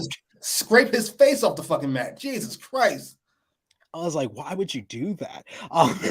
Ty hit Scorpio in the bag to some loud blues during the commercial as well. However, Sky hits like a low blow while hanging Sammy on the ladder. Back from break, Guevara sets up the ladder in the corner, and he goes for the same springboard cutter he hit on Cody at Beach Break, but Scorpio catches him in midair with a cutter and right in the air. I thought that was a great spot there. He then pulls out a barbed wire wrapped ladder. Since it's Philly, we get the loud ECW chant. Sammy reverses the TKO and hits a Spanish fly onto the barbed wire ladder. Great selling by Scorpio Sky here. I was like, holy shit at this point. Guevara his back was fine. Guevara grabs Dan Lambert and has Ty Conti deliver a low blow to Lambert. No, he sold this for a while. He sold this. He sold the barbed wire ladder. We'll get to the guy who did. Literally, his back was fine. Like, there's nothing wrong with his back. It's completely clear of all things that barbed wire would do to your back. Like, I don't know, make you bleed. Guevara grabs Dan Lambert and has Ty Conti deliver a low blow to Lambert. Out comes Paige Van Sant at this point. She brawls with Ty, which gets a huge reaction from the fans, but those Paige Van Sant punches did not look the greatest. When Scorpio and Paige Van Sant celebrate, though, Sammy and Ty catch them with pump kicks, and they both bring the barbed wire ladder back into the ring. Sky hits a flatliner and climbs the ladder. Ty gets on top of Scorpio's back, so PVZ gets on Sammy's back, and they basically play chicken with a hockey fight with the ladies on top of the ladder. Then they leap down and they both deliver roundhouse kicks to each other. It comes down to the two men. Sammy gives Sky the middle finger, and Sky bites his finger in response. Guevara then pushes Sky down off the ladder. He takes his time to retrieve the title, so Scorpio's able to climb back up, and he pushes over the ladder with Guevara landing back first on the barbed wire ladder before Sky can grab the gold. Within 5 seconds of that barbed wire ladder bump, Sammy just gets back up, springboards back onto the ladder, but Scorpio punches him off and retrieves the gold. Huge pop for the win as Scorpio Sky becomes a 2-time TNT champion in just over 14 minutes. I thought that this was a really good ladder match until there was a little too much overbooking to push this mixed tag match between Paige Van Sant and Scorpio Sky versus Sammy and Ty. Post-match, though, we get Frankie Kazarian comes out to congratulate Scorpio Sky, and he gives him the SCU handshake, and Dan Lambert and Ethan Page's faces in response to this were gold. Dan Lambert just was like, and Ethan Page was just like, nigga, what? What did you think about this ladder match and the post-match here? This match was a complete fucking mess, but gotta be honest, I think I enjoyed it. The barbed wire is just dumb. It's just dumb. And no, I don't think they should use the actual barbed wire. I think we should eliminate the spot altogether. Why? Both of them hit barbed wire and then we're fine. Sammy more fine because he got it 5 seconds later. Neither one were bleeding. Has anybody ever actually touched barbed wire before? You touch it for half a second, you're gonna hurt your finger. It's just anyway. Whatever. I gotta be honest though. This might just be Sammy Guevara and Tay Conti by extension might be the third most effective heel turn in AEW history. It's up there. It's up there. It's behind Nick Jackson, obviously, who went from a 0 to an 8.5. Immediately fantastic. Behind Goat Baker, who went from a 2 to a 10. It is what it is. And I think this is right after that. When they knocked out PVZ and Scorpio Sky and then started kissing in the middle of the ring, I popped. I went, that is hilarious. What awful people. They are fantastic. I'm here for it. Paige's punches are horrible, but that's to be expected when you hit people for real. You don't want to hurt anybody, especially Tay Conti. And if you're new, like, I'm not Ronda. If I fucking get in trouble, I could get like actually fired. Yeah, this was fine. I enjoyed this mess of a match. It was fun. And I think the right person won. I know it's hot potato, but you got to do these things. You got to do it. Scorpio Sky was more over here than he has ever been. Yeah, this was a much bigger reaction than the first time he won the TNT championship. So this babyface turn is working. Like, sometimes a hot potato can be useful to get over somebody. I think Scorpio's in a much better position, and Sammy is coming out of this feud if this is the end of the hot potato win, because I never know, because the booking of the TNT title since Christmas Day has been very weird, to say the least. Very weird. I will say this though. I don't think we should reunite SCU. Like, I feel like we're going backwards. I don't want Scorpio Sky to become a generic babyface again. That's a bad idea. He works as this kind of half a shooter, whatever the fuck thing he's doing here. Please don't. Please don't. I just have Paige turn on him and let's not blonde Paige, Ethan Page. Turn on him and let's move on with life. Please. Yeah, I agree with you. Dan Lambert and Ethan Page don't work as baby faces. I know you want to say hi. You want to say hi? Hi, everybody. Hi. You wanted to say hi? Cool. Yeah, you said hi.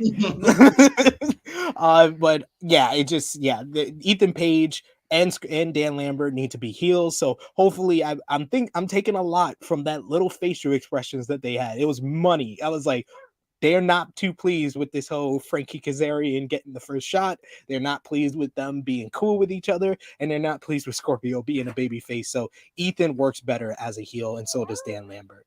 Agreed. Though this probably would have meant more if Kazarian was on TV. I don't know. I don't know how long it's been off TV. It's been a while. Sure. I think it's since he was the elite hunter, and that lasted about a week. Gimmick that was. That's not true. It was a great gimmick. It just went nowhere. Nowhere at all. We got EBB who says, I was happy to see Scorpio actually get a positive reaction. The crowd was behind him. Let's see if that sustains. If it does, then these last few weeks would have been a success. Hope it works out. It won't. He's already going back to generic babyface 2. Him and Kazarian. Like, why? You work as this fucking kind of half a badass shooter. You got a bald head. You got tape gloves. You're in good shape. Beat Chris Benoit without the murdering your family part, obviously. Nick Jackson says, What you said? I didn't say anything. You saved yourself there. I missed that. Nick Jackson says, also, I get that this feels like a game of hot potato with the belt, but the people online comparing it to the 24/7 title needs to slow their damn roll. Yeah, sometimes a hot potato is useful. Like the best example I could say of that is the Rock Mankind feud from 1999. It got over both guys. It solidified them in the main event. So it can be useful, and I think this has facilitated both Scorpio and Sammy being in the right position. Sammy works, and his old hack, I agree with you. It's one of the best heel turns that they've done, where they listen to the fans and they realize these two are extremely hateable together. So it just works very naturally. And Scorpio, this is one of the biggest reactions he's got in quite some time. Yes. Ugh. Film Nation is going off. He's been going off this whole time. Sir, keep it together. We got Romeo, who's just being he was just very mad about this whole 3 flat Dynamite endings. This is the best of the 3, though, I thought. Yeah, I agree. We also got Film Nation saying, boo Paige from UFC and MMA, boo. God damn, all right. Fair enough, I suppose. Listen, the punches were rough, but again. Well, he says, of course, Sammy knows so. There's more intelligence in cream corn. That's so randomly specific. That's fucking great. Nick Jackson says, totally fine with Scorpio winning, though. He had a great reaction. Yes, you put the title back on the black guy. I'm fine with this. Just let him have a real run. Have a real run now. Frantic Rail says, it looks like Sammy versus Sky is becoming a best of 7 series for the TNT title, SB3. I mean, I don't want that. I want this. Negro Buck saying, I like that. Ethan Page turning on Scorp. Yes, that's what I want. That's the TNT title feud I need in my life. Yes. Fucking yes. That'd be perfect. It'd be fantastic. And I guess Annika heard you more than I did, so drop that beat. So I didn't hear it too well, and he let it slide. He didn't repeat himself. I cut myself off before I finished my thought. He's learning. So Jimmy, let's put our thumbs in the middle for the April 27, 2022 edition of AEW Dynamite in 3, 2, 1. And out of 10, what did you give the show, Jimmy? 7.5, maybe an 8. I'm gonna go 8. I'm gonna go 8 out of 10. I would have probably gone 8.5 because I really enjoyed the show. I just the overbooking of the ladder match was a little bit too much, and it would have been a great main event in my opinion, especially in a vacuum. But the overbooking, especially Sammy no selling that barbed wire spot, I didn't hate it as much as the people on the watch along last night did. But I do think that it took the match down a notch. But overall, this was a really good show. Progressed things going into Double or Nothing. The women's segments, it was only 2 of them, but they were much improved in quality than the last couple of weeks. So I'll allow it. Same. Most of this worked. There was no awful booking mistakes, which is shocking. I can never usually say that shit. And I enjoyed the sports entertainment stuff, which was a little more prominent this episode. I liked it. Me too. We got the people in the chat. Wow. Oh, Wow. shit. Got 35 points. What did you give Dynamite? 0 through 6 for 37%, while 34% agree with us. 8 out of 10, and we got 11% for 7 out of 10, and 17% for 9 through Big 10. ass gap. It is. Jesus. It is. Shocks when you hated the show. Unless if you're into like super wrestling, you wouldn't be into it. I get it. Yeah, this is true. Man, that was kind of a mess. There's fireballs and shit. There's fucking the House of Black stuff. I get it, I guess. I like it. Steve Salvage making a point. Scorpio never should have lost it in the first place. I do agree with that. He is the star in my opinion. I do not agree with that. He's a star of what exactly? Of SCU? Sure, but that's not difficult. Roxy saying thumbs up. Nick Jackson with the thumbs up. Roxy with 8 out of 10. Nick Jackson with 7.5 out of 10 for me. Thumbs in the middle for Annika. 5.5 out of 10 from Romeo. I mean, it had Deeb and Wheeler Yuta, so weirdo. EBB was 7 out of 10 for me. Decent show. Fifth Generation Carney with 8 out of 10. Will T with 7. Steve Salvage with 7.5. Frantic World with 8. I think that Romeo skewed these polls, honestly, because it doesn't seem like anyone's saying 0 out of 10 except for him. Well, Annika said in the middle. Yeah, okay, that's fair. But what did you give the match of the night, Jimmy? I feel blasphemy not to give it to the opening match. I'm gonna give it to the main event. I know it's fucking outrageous. I know it was goofy. I know it was overbooked and a mess, and barbed wire doesn't cut anybody. I know, but for some reason, I enjoyed that match the most. I was thoroughly entertained. I said that in the chat last night. I was like, these guys were all, oh man, it ruined the whole show. I was like, what do y'all? Am I watching the same show as y'all? I mean, I understand some criticism of it. I understand the criticism thinking that the title's been hot potato, but I think the positive outweigh the negatives on the hot potato win. This was the biggest reaction for Scorpio. The fans loved it. And it seems like a majority of people love this match. So I won't go with the main event. I will go with Dax versus Cash. I love that match. Pure wrestling at its finest. And an ode to Brett versus Owen, which I'm always going to love. We got Negro Buck who says Dax versus Cash for him. We got match of the night from Romeo is Dax and Wheeler, MVP Scorpio, LVP Sammy, Nick Jackson, MVP Sky, LVP Sammy. Jesus. Who is your MVP of this show, Jimmy? Eddie Kingston, as per usual, whenever he gets the fucking TV time. He was great in the promo, and he sold a fireball realistically, which I didn't think was really possible. Absolutely. We got EBB who says MVP Dax, LVP Romeo. Once again, it's a sad day learning just how much hate is in his soul. H is in your soul, boy. Hate in your soul. MVP. I'm gonna go co-MVP for Deeb and Scorpio. Really? Scorpio. Yep. Deeb with the big win, Scorpio getting the win in the main event, 2-time TNT champion. I wasn't expecting that. I didn't know who was going to win this matchup, but I was slightly more expecting Sammy to win than Scorpio. So I was happy to see Scorpio get the win. LVP, Jimmy. Jesus, I don't know. Actually, I don't really have an LVP. I guess I'd have to give it to Jesus. I heard Raw was good this week. It was a really good show. Cody has cleaned this shit up. Good job, Cody. Yeah. I need people to stop listening to Romeo. He didn't enjoy Raw. He enjoys NXT 2.0, which is the worst show of weekly television in wrestling every single week outside of SmackDown. SmackDown is boring. At least 2.0 they have girls with boobies, so that's probably why Romeo enjoys it. But Lee Johnson for LVP. Sorry, sir. Your parents were a little lighter. Maybe things would have worked out, but unfortunately not. You're just the fucking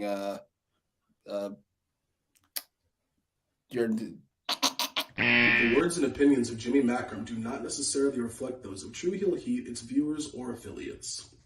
didn't say anything. the parents was a little lighter. Okay. Keep it together. Fuck it. Whatever, sir. Enjoy Julia. That's all you're gonna get. I'll go LVP Paige Van Sant for those punches. She's still getting there. She's still training. She's still green, but yeah, those punches were a little bit too And off. she's not a for very me. good babyface. That was rough.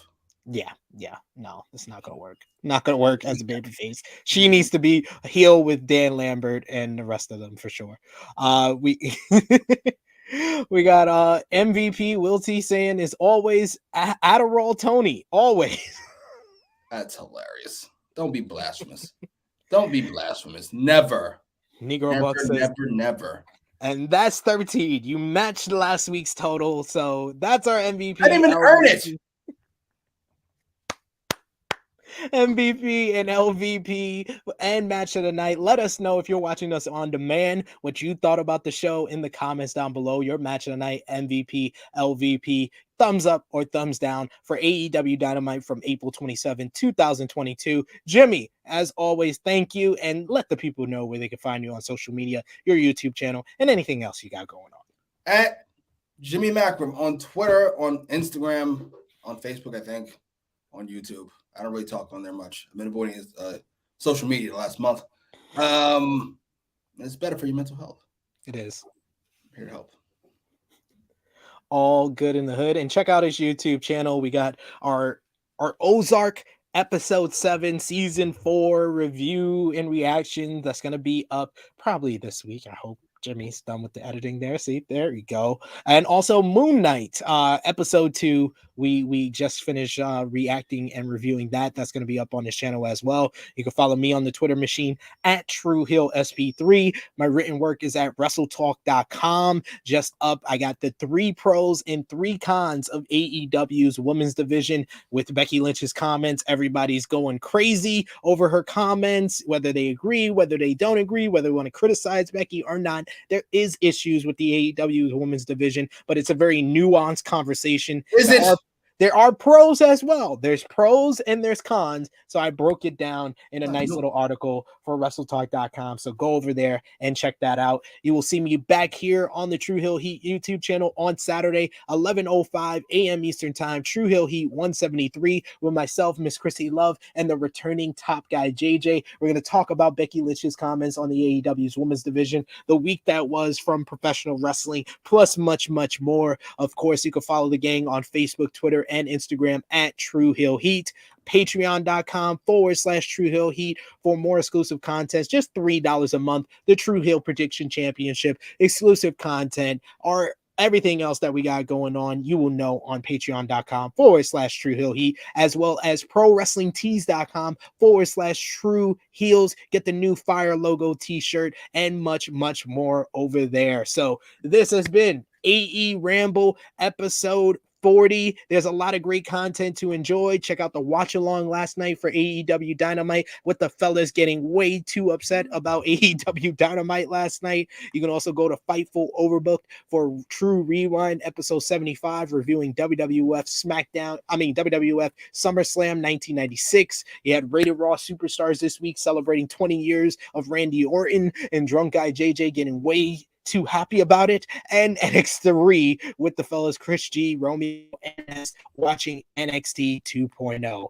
But I want to thank Jimmy. We will be back here next Thursday, 1:05 p.m. Eastern Time with AEWramble episode 40. And next week is officially the 100th video Jimmy has done on the True Hill Heat YouTube channel. This is 99. Jeez. This is 100. We had a total of 101 of either AE recap or AEWramble, but Jimmy missed the first one where I did alone, and we missed the one where Cash did it on his own.